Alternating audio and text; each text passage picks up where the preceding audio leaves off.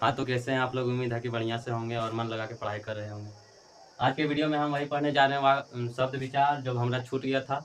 उत्पत्ति के आधार पे आज पढ़ने जा रहे हैं। हम लोग पढ़ चुके हैं। अर्थ के आधार पे 2 प्रकार के होता है शब्द, और बनावट के आधार पर 3 प्रकार के होता है शब्द, और उत्पत्ति के आधार पर 4 प्रकार के होता है शब्द। तो अर्थ के आधार पे हम लोग पढ़ लिए हैं, और बनावट के आधार पर भी हम लोग पढ़ चुके हैं। अभी पढ़ने जा रहे हैं उत्पत्ति के आधार पर। तो जो चैनल पे नए हैं, चैनल को सब्सक्राइब करेंगे, और वीडियो अच्छा लगेगा तो लाइक और कमेंट जरूर करिएगा। चलिए देखते हैं।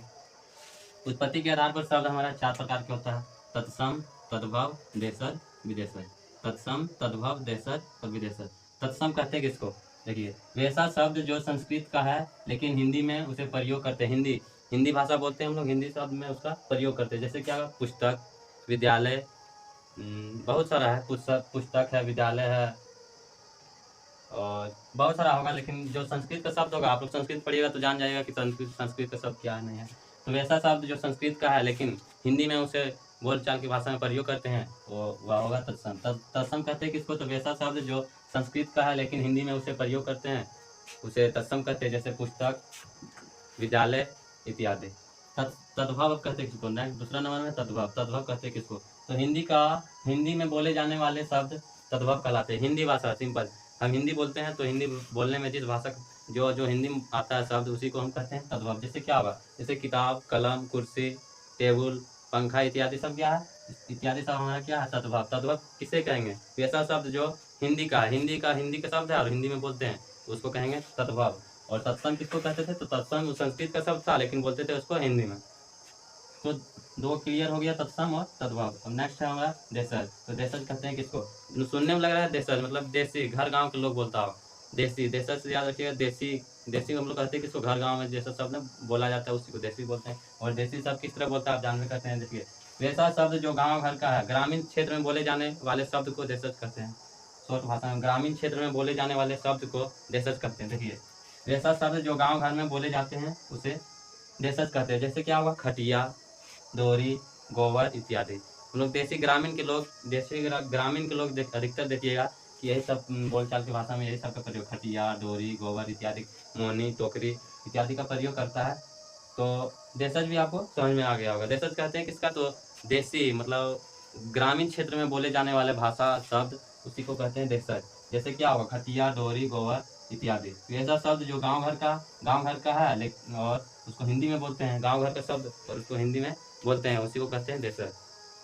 चौथा है हमारा विदेशज। तो विदेशज सुनने में किस तरह लग रहा है? अपना देश का नहीं है, दूसरा देश का। विदेशज मतलब दूसरा देश का। वैसा शब्द जो दूसरे देश का हो लेकिन उसे हम लोग हिंदी के बोलचाल की भाषा में प्रयोग करते हैं। वैसा शब्द जो दूसरे देश का हो, जैसे अखबार, स्कूल, पेन इत्यादि सब क्या है? दूसरे देश का है, तो दूसरा देश का शब्द है लेकिन हम लोग उसको भारत में हिंदी के भाषा के रूप में प्रयोग करते हैं, तो उसी को कहेंगे विदेशज।